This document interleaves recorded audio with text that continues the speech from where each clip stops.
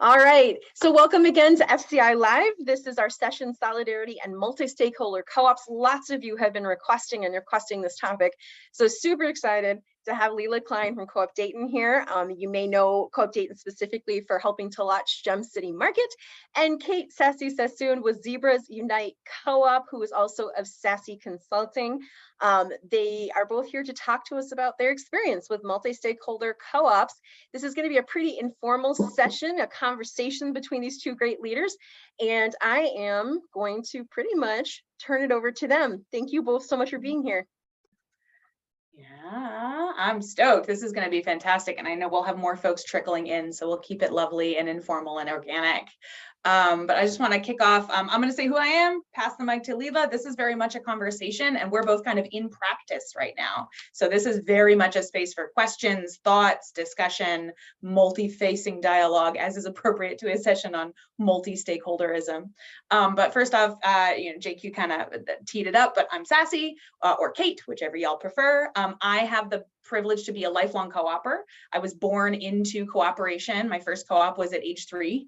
My mother moved into a home where she and her fellow single moms co-opted their daycare food and housing needs. And then from there was part of a daycare cooperative for a good 15 years, which still convenes once a year at least as we all grow and change.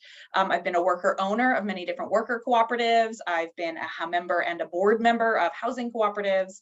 And so I just kind of have it in my blood, and from all of that experience learned that I have a particular skill at holding space for long and contentious board meetings, which is not everybody's truth. And so I decided to create a business where I could help leverage the privilege and experience that I have had in the cooperative movement to go around and help other co-ops co-op better, especially in how we collaborate and make decisions together and and communicate well together when we're facing complex and multi-stakeholder decision-making situations. And so when I learned that this brand new co-op, Zebras Unite Co-op, which was attempting to change the narrative and the paradigm of how venture capital funding intersects with entrepreneurship and startups, including startup food co-ops, and that they had decided to take advantage of this brand new format called the LCA, the Limited Cooperative Association, and create themselves as a multi-stakeholder co-op going out into the world to help other organizations try and figure out how to intervene in venture capital more cooperatively. I just had to join up and see what was going on. And so I'm kind of in a cooperator in a new form of co-op with a bunch of folks who haven't actually owned or cooperated before. And so we're running into a lot of really delightful high-level questions and conundrums. And so I'm just excited to bring that perspective and talk more about it. And I'll share what our stakeholders are, et cetera, when we kind of get into the weeds a bit more. But first, Lela, who are you and how cometh you here? Hi, everybody. Sassy, that's so funny. I am also a second generation cooperator and was also kind of born into a co-op. My parents lived in a collective house here in Dayton, Ohio, actually a couple blocks from where the Gem City Market now stands. And I lived in that house until I was 7 or 8. I think the co-op dissolved when I was like 6 or something, but all of those co-op members changed my diapers. So it wasn't a formal daycare, but basically it was. And then my parents also founded a film distribution co-op before I was born, which I did not. I actually had been working in the co-op space for several years before I made the connection that, oh, right, my parents were actually like old school cooperators. So I am very proud to be from Dayton, Ohio, where myself and a group of other community members came together 7 years ago now to start talking about how we could move with the community towards food justice and access to fresh food in our communities. A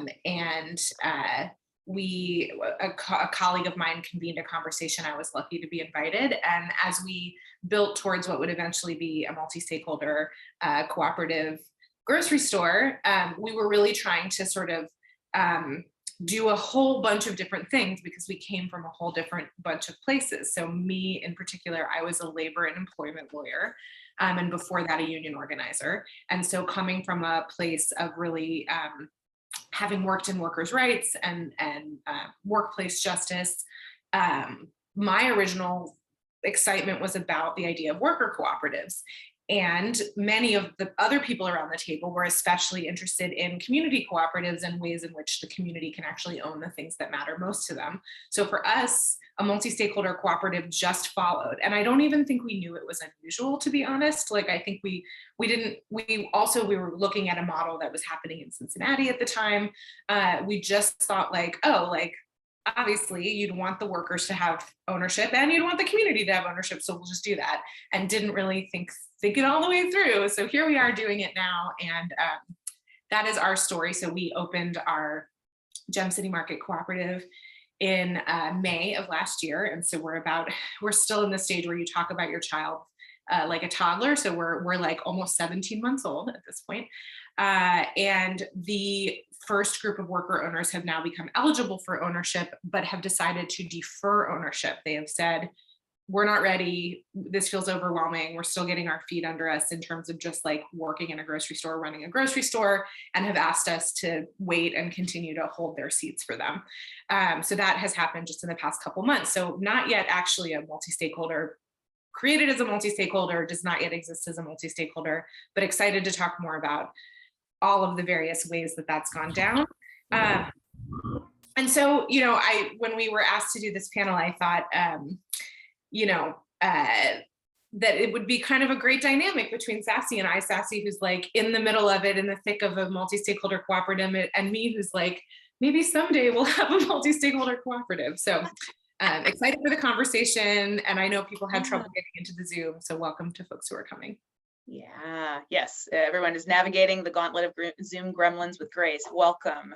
Yeah, I'm so excited to just kind of dig into how you got to where you are and also what our co-op is like. So maybe I'll depart a little from our agenda and share a little bit about what Zebras Unite structure is and how we got to there, and then we can just start talking shop. And for those of you who just joined us, this is very much an organic conversation, right? Lela and I are in the weeds, but we anticipate y'all are either in the weeds or have questions or thoughts or conundrums that you're facing. So this is very much a dialogue. So we're gonna, swap some information. We're gonna unpack some questions, but if at any moment you have a question, a thought, an observation, a data point, please do feel free to either raise the virtual or digital hand or a screen hand, take yourself off mute, throw it in the chat, whatever way you want to interject yourself. We very much, this is your time. We're just here to talk shop and actually really be very open and honest about the fact that this is new territory, but not just for us, but for the movement. And we really just want to crowdsource this knowledge and the learning so that none of us have to reinvent any wheels that we don't have to. So Lela, you said one thing that I really love about how the food and the community consumer co-op aspect of the food co-op movement and the worker co-op aspect just seem to make so much sense together, right? And we've called those solidarity co-ops, and that's been, for at least the last 10, 15 years, folks have really been like, wait a second, what if we, and I love how that just makes so much sense. That's something that, I've been kind of watching as a human helping co-ops co-op. The Zebras Unite case really, one thing that's really very different about it is that the folks who founded it backed their way into cooperativism by following the values, right? So they actually, these folks come, the Zebras Unite folks were, for any of you who is watching, tech startups and the venture capital space and everything that is wrong with that kind of extractive funding and that obsession with a certain Silicon Valley scalability that tends to center things that are replicable and extractive and tends to decenter things that put the heart in communities and serve real people on the ground. This group of women, some of whom were women of color, came together and said, this is, we call bullshit, basically. We call this is not okay. And we need to be talking about forms of financing startups, including startups in the food co-op space or the food space, that does not count on a massive extraction of capital coming down the road. And we need to be thinking about different forms of capital, different forms of access, different forms of development support that are actually owned by the people who are doing the thing and are impacted by the thing. And they went, well, what is that called? Oh, a co-op. Great, let's do that. Has anyone here ever run a co-op before? No. And so it's very interesting in how they found their way to this, and so are coming to multi-stakeholder cooperativism and cooperativism writ whole with a completely new set of eyes. They're coming with a very different set of perspectives. And so they chose the multi-stakeholder co-op form because they're like, actually, we want to connect the interests in a legally binding way of people who are investing in startups and people who own and are starting startups. So we want them to be co-owners of an entity. That means that their interests and the incentives are aligned in one organization. And so that was really their driving force. But the details of, well, then how do you share power when you have very different interests, have been the things that we're trying to unpack and learn from right now. And they started that organization literally as the new cooperative form, the LCA, the Limited Cooperative Association, got spun up in Colorado, which is another fascinating story we could have a whole seminar about. But so they were like, oh, we'll be a test case for this. Let's jump in with both feet. And so it's a very interesting story of how they've got here. And Karen, I see your hand, but before I bring you on deck, I want to share our stakeholders. So Lela, you shared, I think your two stakeholders are consumers and workers, right? Okay, so ours are the founders, which is, this is a very interesting conundrum in a lot of worker co-ops. How do you honor the blood, sweat, and tears of the founders with that while still maintaining equality? Our bylaws have an interesting experiment in that I'd be happy to share. Let's see, we have our founders, we have members, just lay members. We have institutional members that are members that buy in from an institution. So a larger share price, and also they're bringing some kind of anchor institutional entity into the space. Then we have our investors. And then, good Lord, I always forget the fifth one. I'll have to look it up really quick, but we have, a mix of different finances in this space. We interestingly do not have workers. So the staff that run the co-op is not one of our shares. And that's an interesting design situation. But that's, yeah. So Lela, yeah, do you want to maybe share your classes real quick? You put there, and then Karen, I see you on deck, and other folks, please raise your hands. Yes, and I'll be quick, Karen, so I can get to you. So we have, our two primary, as I said, are the worker class and the community class, and those are the only two that have patronage, and those are the only two that have kind of meaningful, most of the voting rights. We also have a supporter class, which is a non-patronage participation, non-voting participation class that's intended for people who love what we're doing, but know that they will never either shop or work at the Jump City market. And also, our shares are restricted to, the voting shares are restricted to people. You have to be a human person. And so the supporter memberships are actually open to organizations. So we've actually had a fair number of churches, union locals, an order of nuns who've become supporter members. So supporter members are non-voting, non-patronage participation. Then we have workers and community who share. Workers have 70% of the voting strength and the profit participation, and community has 30%. And then we do have a founders board seat, but the founders is not its own class. The founder board seat is a seat for the nonprofit incubator that we consider which is my seat, which we can, for now, not forever, which we consider kind of a vision holder seat. And we have a very limited kind of set of special rights where we can, if the co-op decided to fully dissolve or demutualize, or if the co-op decided to get rid of the worker class or get rid of some of our other things, including union neutrality, that I would actually, the founder seat has a veto over those very specific decisions. So yeah, Karen. Yeah, bring it. Karen, what you got, hon? Hi there. Sorry about that. This is a very interesting conversation because now I don't sort of feel like a unicorn anymore. I've been coming to the food co-op convention. I think this is my 4th year. But I kind of, once I started getting into the idea, I'm a founder, and I'm probably stage 1.5, between 1.5 and 2. We just kind of started getting into the community. But this is an idea that I have. I'm from Chicago, and we have a lot of food insecure areas here in Chicago. And there are pockets of areas that don't have food at all, grocery stores at all. So I was thinking in terms of, okay, what if there's one entity that starts like several little pockets of food co-ops.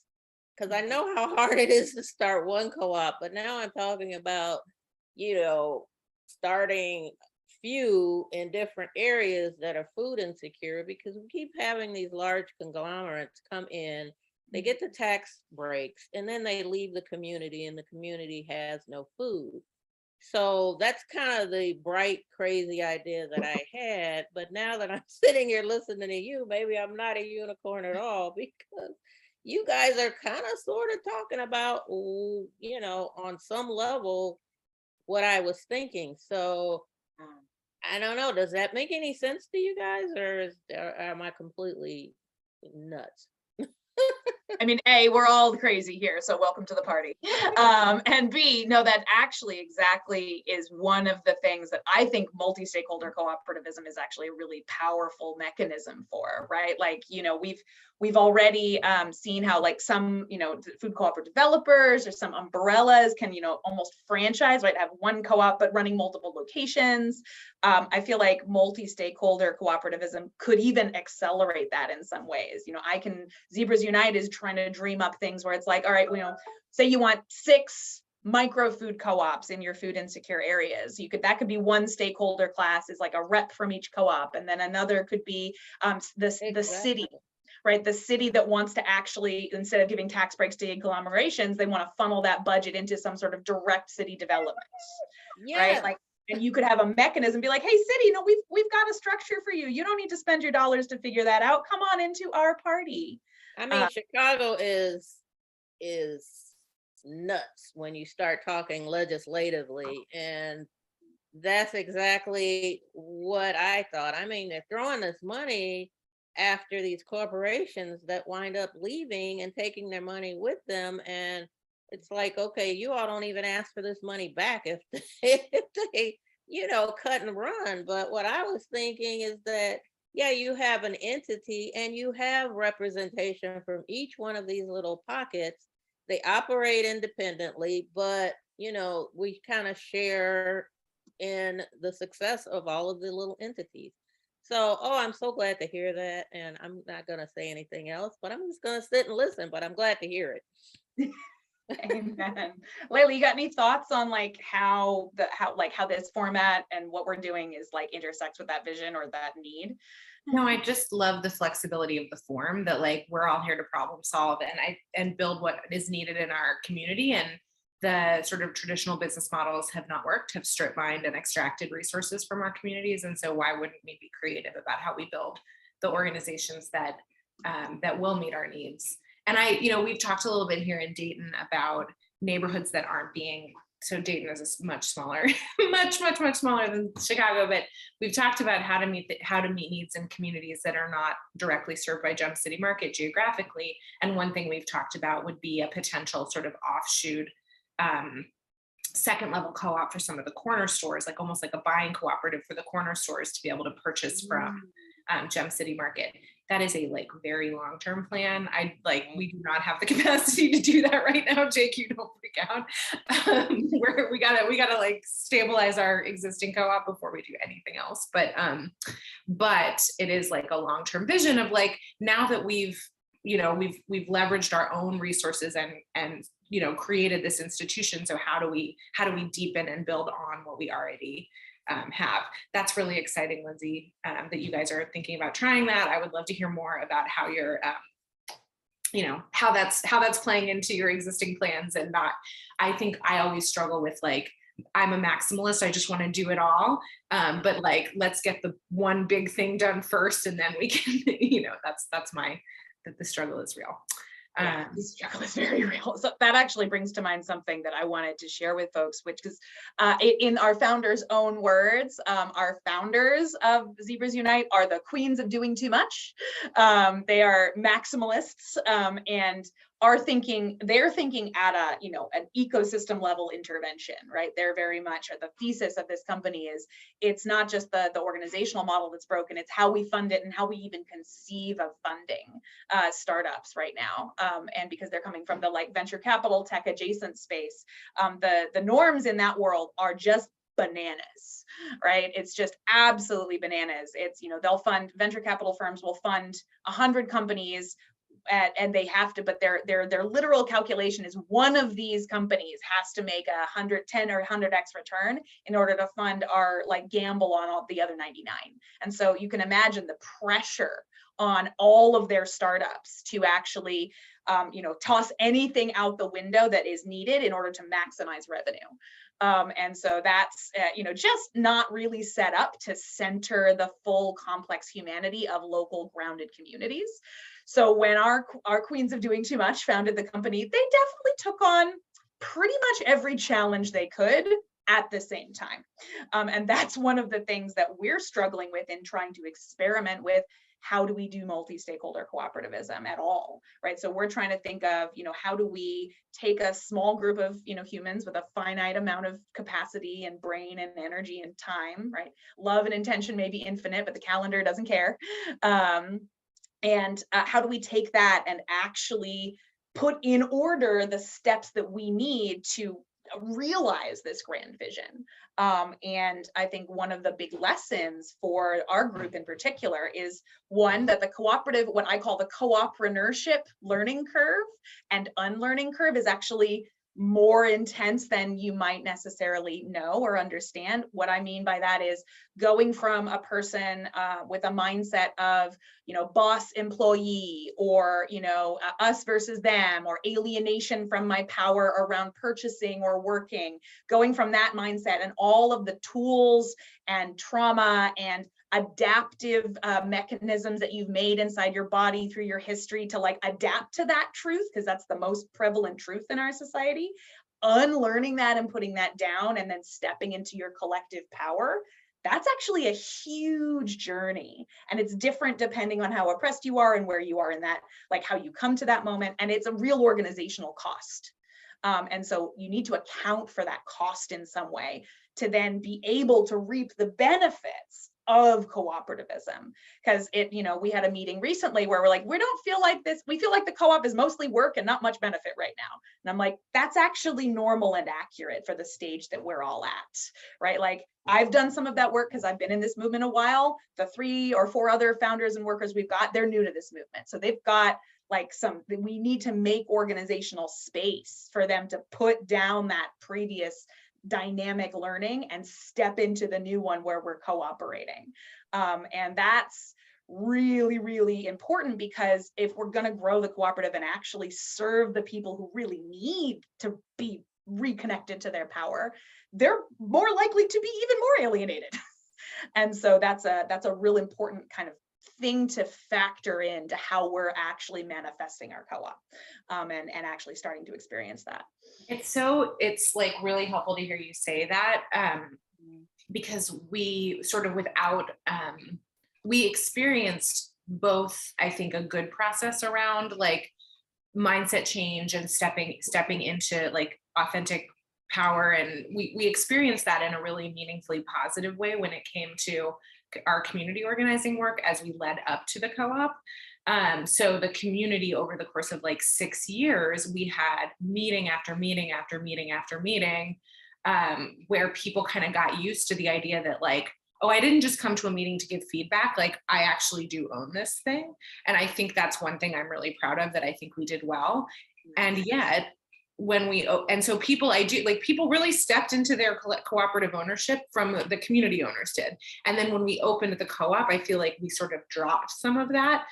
We stopped, we got into that kind of like tunnel vision of like, get food on shelf, put prices on food, bring food up, like, pay bills. And the board, there was like a push-pull around like, should we be doing more worker owner training to get worker owners prepared? Should we be doing more like community engagement, community work to like keep that hard-won ownership mindset that we built in the community? How do we tend and feed that so it doesn't go away? And I think we sort of, to be honest, a little bit, I think my co-founder Amaha would agree with me. I think we a little bit like sort of lost the script for a period of time because we were in survival mode. And so it's not surprising to me that a year and a half later, or a year and a couple months later, that when it's time for the workers to determine whether or not they want to step into their ownership, they don't have a sense of themselves as owners yet, because we've really only done, you know, kind of 2 or 3 trainings, 2 or 3 meetings to talk about cooperative ownership. So it really is, it's like it is a meaningful resource that meaningfully costs resources to grow and foster. And we certainly have not figured out yet how to do that in the context of a, you know, low margin, highly competitive industry where like every minute of everyone's time is pushing towards becoming sustainable. Yeah. Yes, I think I sort of just answered your question, JQ, but I think that's very real. Like I think there's a group of workers at the store who really do have a sense of ownership, but it's not the majority. I mean, it's probably not even a quarter. I think there's still a mindset of like, I'm coming to work and I'm clocking in and clocking out.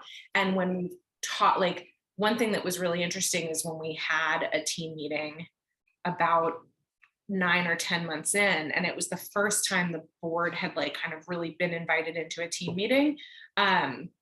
Like a couple of workers really called it out. They said, this doesn't feel like a cooperative to us, a couple of staff members. And we were like, you know what? You're absolutely right. So we're going through it. And I think like it's interesting because throughout our kind of development, as we would come to FCI stuff and work with, you know, kind of co-op people said to us like, interesting model, that's going to be challenging. And like 100% they were right. Mm-hmm. I believe in that. I think the benefits will pay dividends if we can really live into it, but it is going to cost resources to get there. So appreciate you saying that. Yeah, absolutely. And I would love, one of the things we were particularly excited about for this panel was just to start putting some of these open questions on the table, because, you know, if you're curious about this, or if you're in the process of exploring it, this is new territory for everybody. There are no experts here. We are all figuring out together, what does it actually look like to live a multi-stakeholder single entity cooperative. And so I'm excited to kind of just start putting some of those conundrums on the table for those of you a little behind us in the journey, like get ready to take notes, because these are some things you might face, and I'm excited to kind of crowdsource that. But one thing that I just love that you shared right there, Lela, is the kind of seesaw-like nature of making a startup happen, especially in a constrained low margin space, which is, you know, the two worker co-ops I was a co-owner with were interestingly in the food production space. I was a co-owner of a bakery and then a co-owner of a catering company, which was an anchor institution for one of the veritable vegetable local food power and food distribution group. And so we were familiar with that kind of, well, we have $3 in the tank. Do we invest in a worker training, or do we like buy a little extra carrots? And it's real. And the thing that we have learned in Zebras Unite is, by the way, I remembered our fifth share class is our nonprofit, because not only did we create a multi-stakeholder co-op, we spun up a nonprofit to partner with it in order to accept money from the philanthropic sector. So that's fun. But our nonprofit serves as something like what Lela was sharing in terms of the board's veto power. They're essentially our mission anchor. And so if the co-op ever decides, you know, never mind about intervening in venture capital, we're gonna just exist to sell oil futures, right? The nonprofit can say, nope, no, that's not a good idea. But in balancing not just the needs and perspectives of our 5 stakeholder groups, and then also our other entities like our board, our new staff. We don't actually have anybody in our investor class right now. We're just there waiting and excited to bring people in. It's really become kind of a 5 or 6-sided seesaw. So it's a little bit chaotic. I don't know if you got any physics nerds in the room, but that 3-body problem, you can equate how this is going to go. You add a third one in and it becomes chaos. And we've kind of got 5 or maybe 6. And so that's the kind of chaos between that. And even when, you know, we're very clear on for example, our decision making. So one of the things I came into Zebras Unite to do with my like long-term co-opper hat is like, all right, group, if you're going to decide only 2 things at the beginning, I need you to decide how you're going to communicate with each other and how each body here is going to make decisions. What is your voting mechanism? What is your governance rule? Like, what are those? And just let's put them in, you know, on the paper for now and commit to iterating every year, but not between.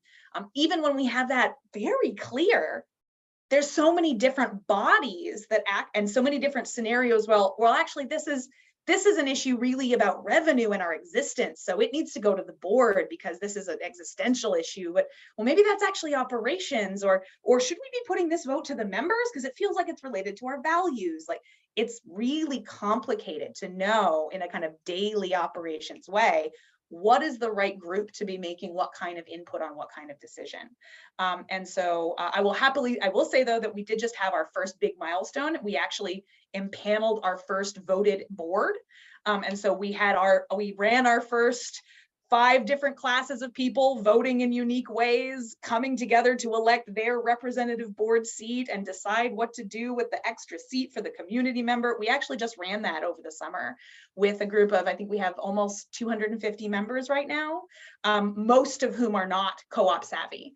This is most of their first time co-owning anything, let alone an entity that may provide them funding for their company. And so we managed to do it, and we managed to do it in about a month and a half. And we have a newly impaneled board that is just now starting to put themselves together and train themselves in what does this co-op need? So it's a journey, and it's a seesaw, and it's a particularly complex seesaw when you add in multiple flavors of ownership. So that was one kind of conundrum that we're facing and seeing how that goes. I would just kind of love to put some more kind of conundrums or open questions on the table, especially as folks come in. And Ali, I see that you, or Ali, you threw something in the chat. What was it? What were you asking if we consider an issue? I'd kind of love to unpack that a bit more. Yeah, Kai, it was about the sharing of the vibe of like clocking in, clocking out. I think that was being shared. The idea of like that was a thing that is being worked at, and then it was shared a little bit more of how it's being, workshopped. But essentially the idea that we all believe in a certain way of thinking, in this case multi-stakeholder, but not everyone, because of whether their understanding of the theory and practice, lived experience, they're not always going to be at that 100% of like, yeah, sure, we're multi-stakeholders, let's vibe out to that power. That it's okay to have that ebb and flow is what I was getting at. That is, unless the mission is said, hey, we are promising everyone a different way of operating, but in reality, it's just the vibe projected by the leadership or by everyone is just like a job. So that was what I was sort of getting at. I think most of us have had jobs where we really just want to clock in and clock out, and I don't think there's anything inherently wrong with that. I think what we're hoping is that at least some of our folks will start to see themselves as owners, which I think is a mindset shift, especially, this is probably true for a lot of folks' communities, but in a community like Dayton, where I feel like we've experienced these big economic shifts that we've all seen really impact our day-to-day lives, and we have not felt like actors. We have felt like we're receiving these big economic shifts. So in Dayton, that's shown up as like, the sort of globalization and NAFTA and the movement of auto manufacturing away from northern cities to both the US and global South. And many other changes that have come with that, like, the weakening of our major institutions. And then to me, I feel like a lot of us have experienced this as something that has happened to us, and we haven't been in the driver's seat of our economic destiny. And getting back into a mindset of like, so like, as an example, I feel like many of our parents' generation really felt strongly that if they went to work and showed up every day and worked hard, that they would have some reward at the end, that the company would show them loyalty, we would show the company loyalty. And that contract has really been broken in so many different ways. And so how do you rebuild a mindset of like me showing up at work as more than just clocking in, clocking out? Not only does it matter to the company, but it could actually matter to me. Like I could actually be writing my own economic destiny. This is just a very wordy way to say, like, I do hope that we will figure out how to build a mindset of ownership culture and meaningful benefit of ownership for the workers at Gem City Market. And for now, I think there are, like I said, I think there are some people who really do see the potential for that, but everyone is feeling like, can I just please get the carrots out on the shelf and don't make me go to another meeting? I think that's like right now, it's like, I want to, not only am I clocking in, clocking out, I'm actually running the whole time I'm on the clock. We've had like a 30% productivity growth in the last like 4 months. So people are just like, people are really like putting a lot into the co-op right now. They're just not, they're like, if being an owner means putting any more in, like, I'm not for it, which I think we have to figure out how to make it so that that's not what it is, that, anyway. Yeah. I love that you brought in that dynamic, because that's so real. Like, I cannot tell you how many times people have, expressed like, do not make me go to another thing. Especially, and JQ and Lela and I were talking about this before y'all joined, the kind of sine wave of participation in digital meetings over the pandemic, of like, oh, we're so here to connect. Oh no, wait, I'm so overwhelmed. Thanks. So the last 3 years have been a like very atypical sample, and so many things have been started in that time. But one thing that both in Sassy facilitation, the work I've done with many co-ops, and that we're actually really implementing in Zebras Unite co-op, because we are, again, queens of doing too much, way overbooked. So we're like, we understand that we have a deep need to develop our co-opreneurship, because that's crucial to actually achieving our things. But we have to bake it into other things, right? So we have to bake that knowledge and reinforcement and like acknowledgement of learning and like moments where we're actually undoing that into other activities, because we don't have time to give it its own special time.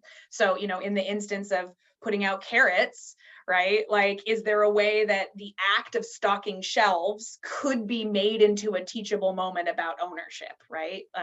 My favorite one, at the first worker co-op I was a co-owner of, was we had a celebratory, one of the aspects of your new member orientation when you joined the co-op was there was a ceremonial handing of the radio remote to the newest worker that basically was just a moment where like, no, you get to set what music you'd like to work to. And it's so small and it's so silly, but it was really a lovely, rich data point for like, here's a tiny way in which you are actually in charge. And for some of our workers, that was actually huge, because they came from experiences working in big kitchens where they had to listen to whatever the boss put on. And just little tiny moments that didn't take very much time, were a part of a standing set of work, but that really reinforced to folks that, no, you own this whole thing, even in this tiny bit.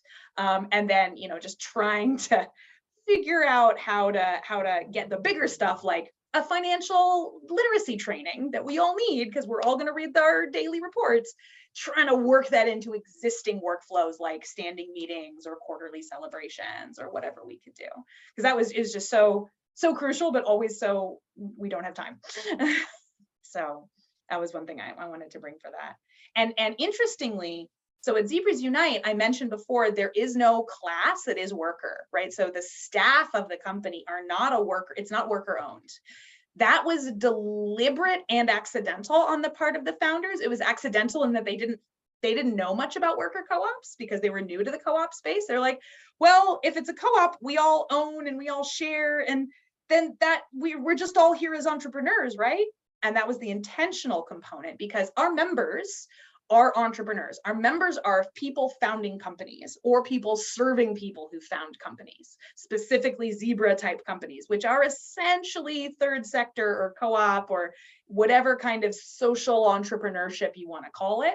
So our members are actually people who they're here because they're trying to start their dream, right? They're not here to start this thing. They're here because this is going to help them get to their dream. And the founder's assumption was, well, actually, all of our people who are helping run the co-op are probably doing that too. So we just all buy in as general members, and that's going to give us our membership like buy-in loop. So I, as a staff person, I'm a general member of the co-op. I'm not a worker owner. I am here because I also run my own business that is trying to help the world do more social entrepreneurship. So in that way, I'm bought into it. But as a staff person, as a worker, my labor that's going to supporting and creating that co-op, that's actually not like, I don't necessarily have the same kind of cooperatorship loop as if I was a worker. We are essentially what the Sustainable Economies Law Center has kind of characterized as a worker self-directed nonprofit, and I would call us a worker self-directed co-op.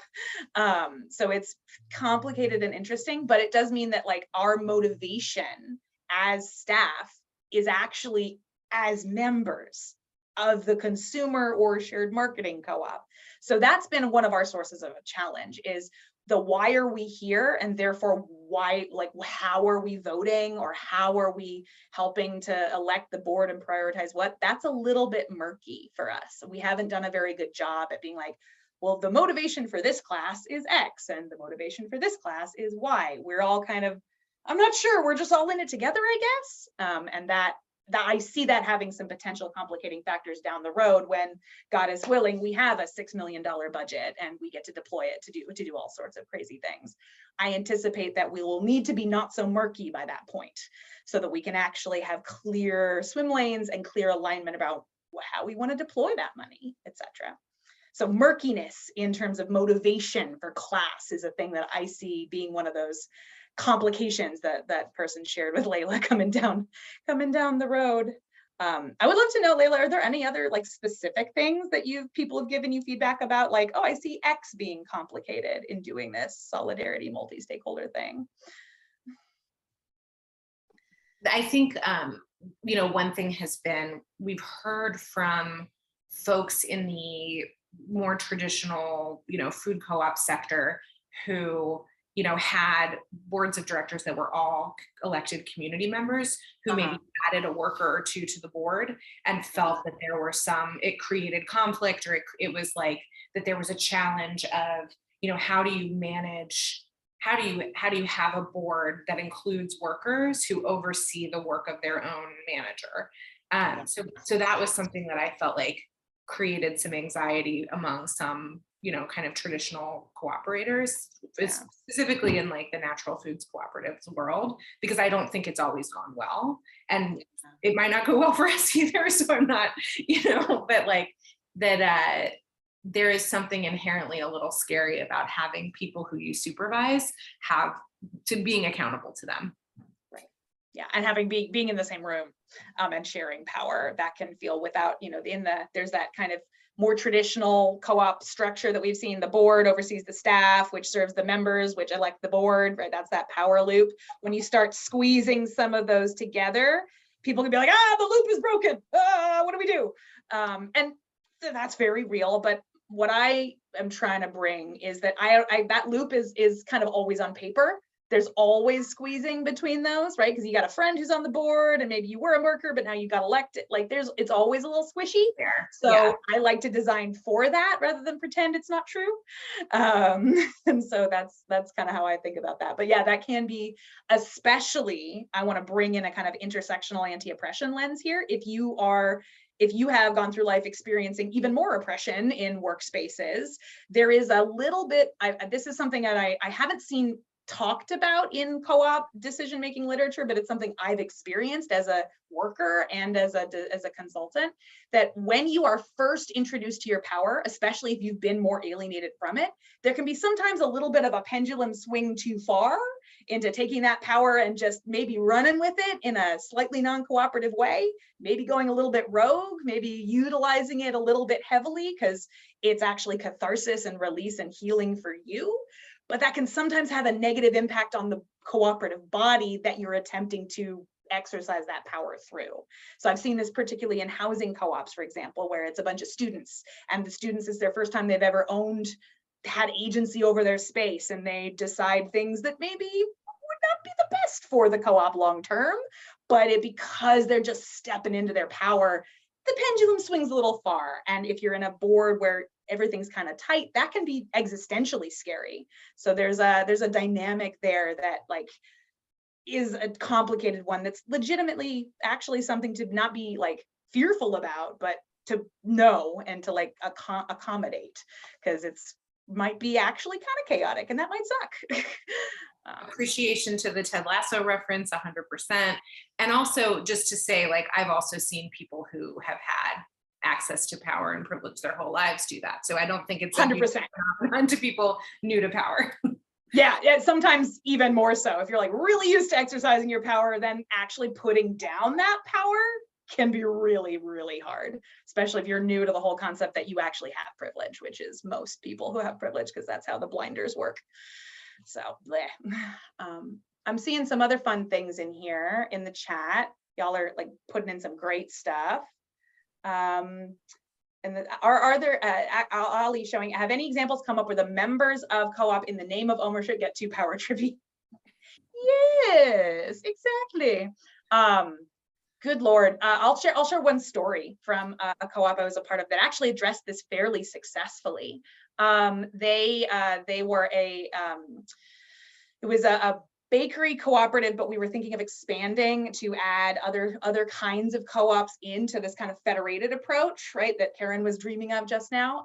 And we had a new influx of owners who had been part of a kind of anarchist collective before. And so they were really used to exercising power themselves and having a lot of autonomy over their work. And then suddenly they were joining what was essentially a federation of co-ops where other people had the same amount of power. And they literally, it came to a head. There was a literal shouting match in a board meeting. It was very high and very heated. And what they ended up doing was actually, so first calling it and saying like, we're done, this meeting is no more. We are now doing harm to each other. We're not gonna do this anymore. We're gonna use the remainder of our time to like cool down and go talk to each other.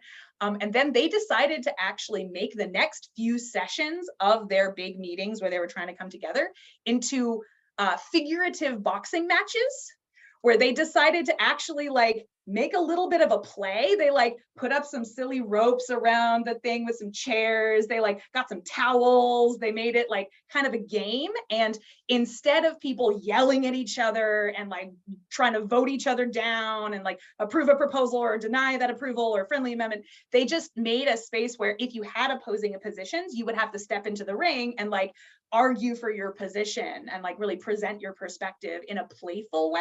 And it kind of allowed them to channel out some of that like heightened energy that they had, and also like be silly about it. And that silliness plus the structure kind of allowed them to like catharsis out their power. And they ended up coming to a place where they were able to start hearing how they actually have a lot more in common and a lot more decision making would be powerful if they were together.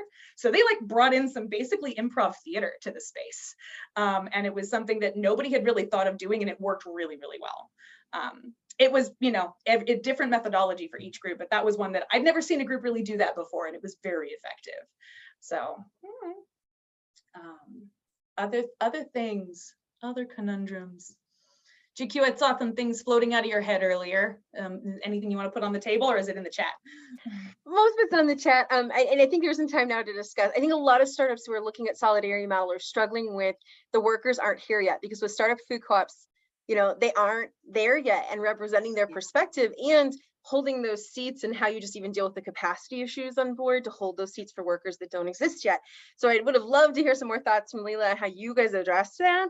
It's a startup. The other one I just want to throw out there is, we'll talk some other time, Lela, but it's interesting here you talk about the great game of business, and I have a lot of experience with food co-ops and attempting to move co-ops to solidarity models.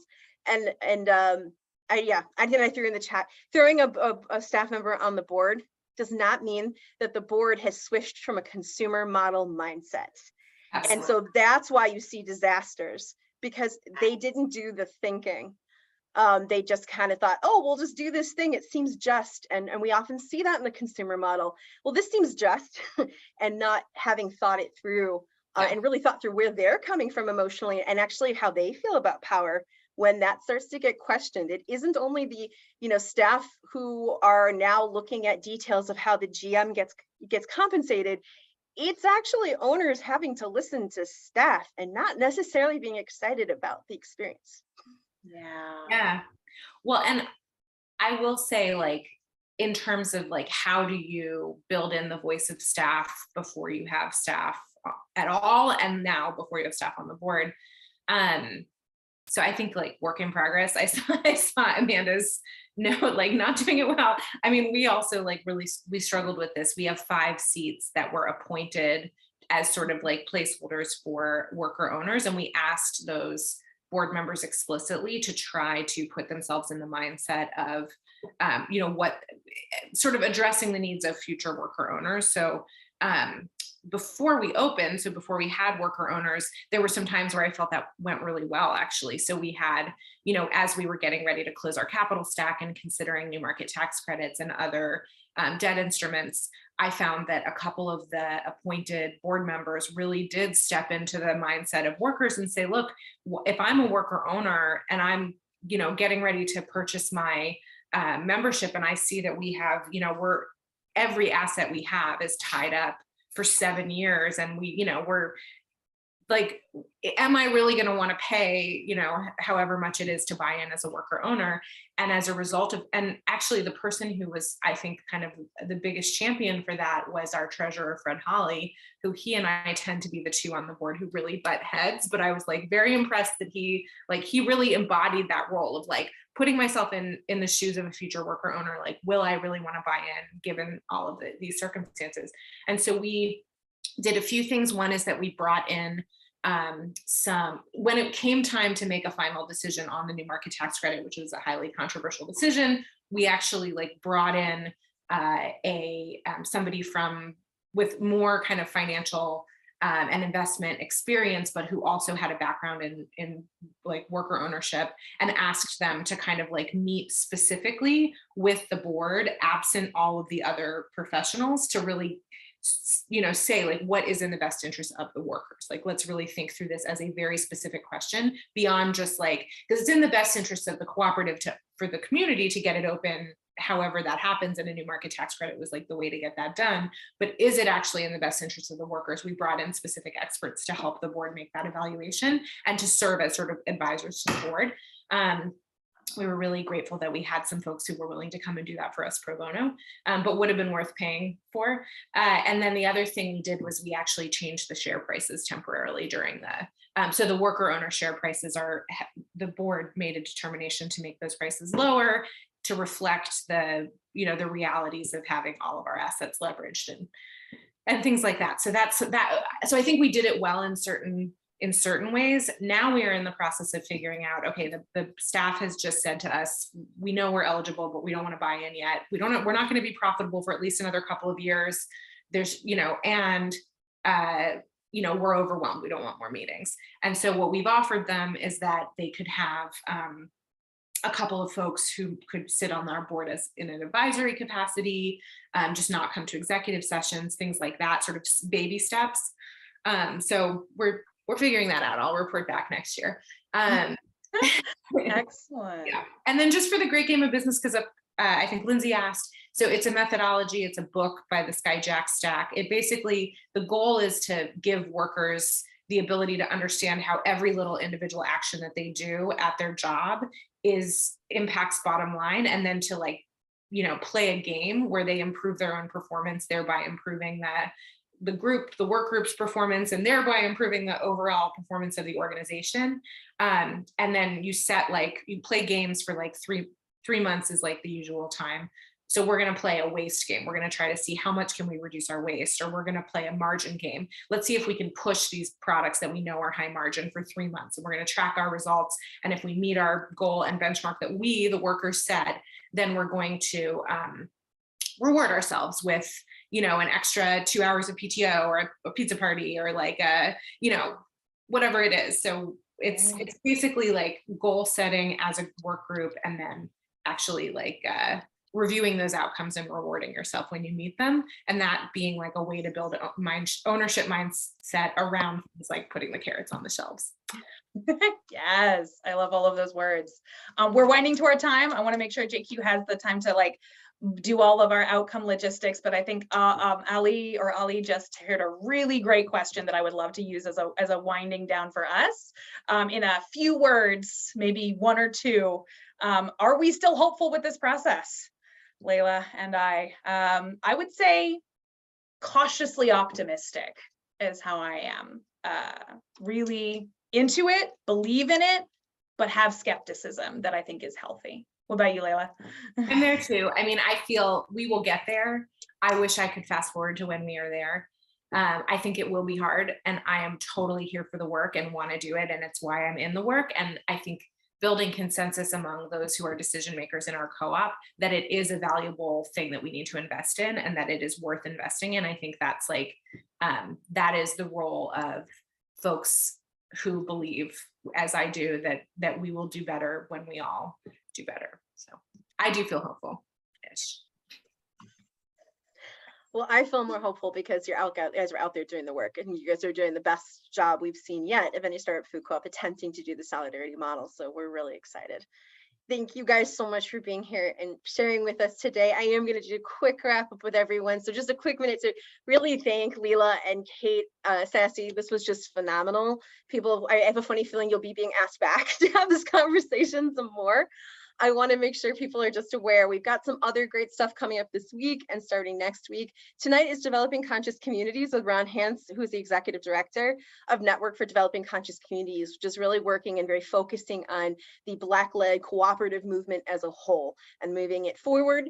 And then next week, there has been a ton of requests for stuff more on how to use data, on ownership data in driving decisions. And we've got Jess Bodemeyer here to talk about it, who's an expert in data management and has been working to open the Prairie Food Co-op for years and is part of the co-op team. So then there's tons of people signed up for that one.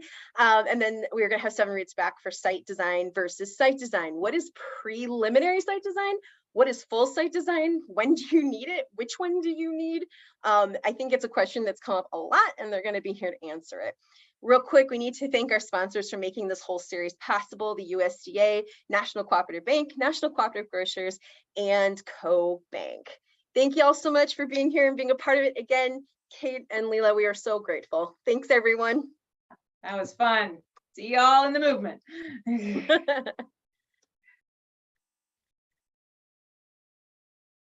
And I will go ahead and also, Sassy, I will put, since you put it there, I will put that link in the email follow-up with folks.